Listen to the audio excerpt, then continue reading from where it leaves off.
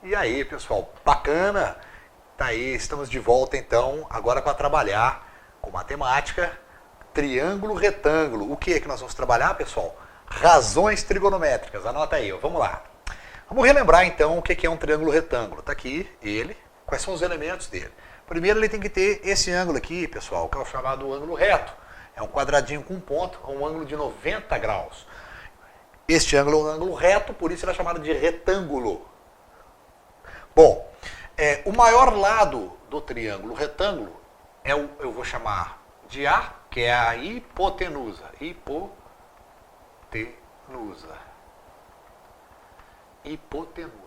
tá? Esses demais lados aqui, A, B, C, são os catetos. Lembra disso? Catetos. Quem nunca viu, tá aí. Beleza? Catetos. Catetos. Esses são os catetos. Então, isso aqui, um cateto B e um cateto C. Tá ok? Um cateto B e um cateto C. Tá ok? Agora vamos supor que eu coloque aqui, que eu saiba quanto que é esse ângulo aqui. Vou chamar ele de alfa. E esse outro ângulo aqui de beta. Bom, será que eu consigo relacionar estes ângulos com os lados desse triângulo retângulo?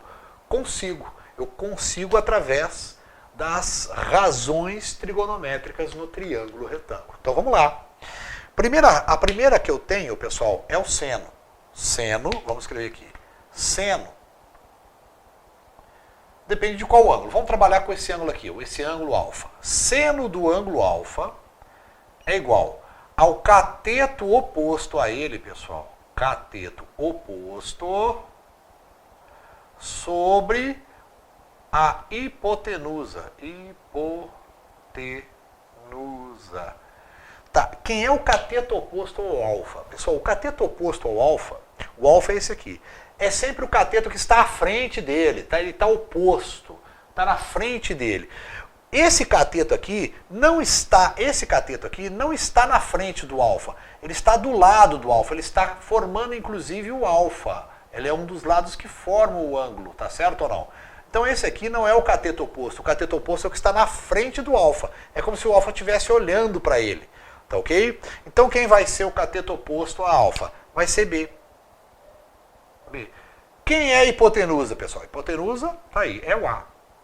Então, seno de alfa, neste triângulo retângulo, é cateto oposto sobre a hipotenusa. Pronto. Quem é o cosseno de alfa? Cosseno de alfa é o cateto adjacente dividido pela hipotenusa. Hipotenusa. Bom, quem é o cateto adjacente? O cateto adjacente é o que está do lado do ângulo. O ângulo é esse aqui. Quem é que está do lado do ângulo? É o B ou é o cateto C, pessoal? É o cateto C que está formando, ó. Ele forma um ângulo. Então, vai ser C sobre a hipotenusa, que é A. Então, eu já tenho seno e cosseno de alfa. Falta uma relação bacana chamada de tangente de alfa. A tangente de alfa é o cateto oposto sobre o cateto adjacente. É o cateto oposto sobre o cateto adjacente. Quem é o cateto oposto? A gente já combinou. É o B. Quem é o cateto adjacente? É o C. Então vai ficar B sobre C. Ok? Ficou B sobre C. Então aqui estão todas as relações importantes que a gente começa a trabalhar com o triângulo retângulo. Tá? Agora olha só, nesse cantinho aqui, ó, nesse cantinho, eu vou colocar o seno de beta. Beta é esse aqui agora, vou trabalhar com ele. Vou colocar o cosseno de beta e vou colocar a tangente de beta. Só que eu não vou escrever de novo isso aqui. A definição é a mesma. Tá certo? Quem é o seno de beta? É o cateto oposto sobre a hipotenusa. Mas quem é o cateto oposto a beta? É o B ou é o C? Já falei para você, cateto oposto é que está na frente. Quem está na frente do beta? Não é o C? Então é o C. Fica C sobre A. C sobre A. Ok? Quem é o cateto? Quem é o cosseno de beta? É cateto adjacente sobre hipotenusa. Mesma definição do anterior. Mas quem é o cateto adjacente a beta? É B. Então fica B sobre A. B sobre A. Beleza? E quem vai ser a tangente? A tangente é cateto oposto sobre o adjacente. Cateto oposto sobre o adjacente. Cateto oposto é C sobre B. Beleza? Então, repetindo. Seno de beta. Seno de beta é cateto oposto sobre a hipotenusa. C sobre A. Que é o cosseno de beta. Cateto adjacente sobre a hipotenusa. Então fica B sobre A. Quem é a tangente de beta? Cateto oposto sobre adjacente. Então fica C sobre A. Agora repara uma coisa interessante aqui. Olha só que legal. O seno de alfa é B sobre A. Que é igual a quem? Ao cosseno de beta, pessoal. O seno de alfa é igual ao cosseno de beta. O cosseno de alfa é igual ao seno de beta. Olha lá. Ó. Tá certo ou não? Olha aí que bacana. Então, cosseno de alfa igual a cosseno de beta. E cosseno de alfa igual a seno de beta. E a tangente de beta, pessoal, é igual a tangente de beta é igual a cotangente de alfa. É o inverso, tá ok? É o inverso. Por que que isso acontece, pessoal? Porque alfa mais beta são complementares, dá 90 graus, tá ok? Quando os ângulos são complementares, eu tenho essa propriedade. O seno de um é igual ao cosseno de outro. O cosseno do outro é igual ao seno do um. Tá ok, pessoal? Então vamos lá, vamos continuar. Vamos fazer aqui a tabela dos principais ângulos, dos ângulos notáveis. Bom, galera, é o seguinte. Nas questões de vestibulares, Enem, questões de sala de aula, de livros, em geral de nível médio, você sempre encontra as questões envolvendo trigonometria no triângulo retângulo com os principais ângulos, 30, 45 e 60 nos triângulos. Quando isso não acontecer, nas questões o pessoal costuma fornecer. Por exemplo, suponha que você tem um triângulo retângulo, cujo um dos ângulos dele é 37 graus.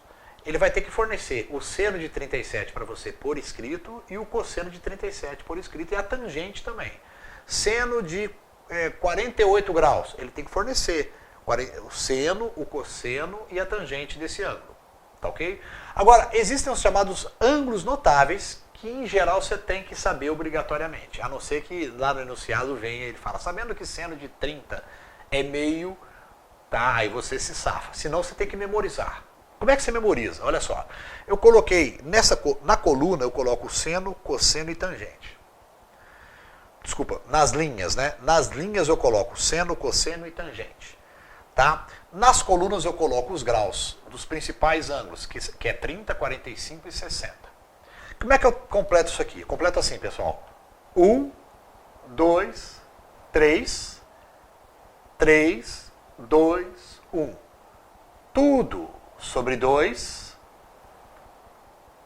só não tem raiz de 1. Então, olha só. Resolvi, ó. Olha aí, ó. Então, 1, 2, 3, 3, 2, 1. Tudo sobre 2, só não tem raiz de 1. Beleza, então aqui eu já tenho seno de 30 graus, vale meio. Seno de 45 graus, raiz de 2 sobre 2. Seno de 60 graus, raiz de 3 sobre 2. Cosseno de 30 graus, raiz de 3 sobre 2.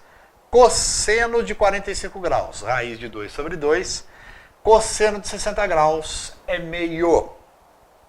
E a tangente? Vou definir a tangente aqui agora. Então, olha só. A tangente, você coloca aqui.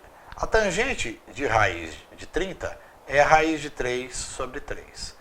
A tangente de 45 é 1 e a tangente de 60 é a raiz de 3. Então, está pronta aí a minha tabela. Repara bem uma coisa. 30 e 60 são o quê? Complementares. Então, o seno de um tem que ser igual ao cosseno do outro. Ali, ó. O seno de um tem que ser igual ao cosseno de outro. E o cosseno desse aqui tem que ser igual ao seno do de lá. Por quê? Porque eles são complementares. Lembra dessa propriedade? Ok? Então, essa tabela aqui é a chamada tabela dos ângulos notáveis em trigonometria. É importante você memorizar para resolver os problemas. Bacana, pessoal? Tranquilo? Ok, galera.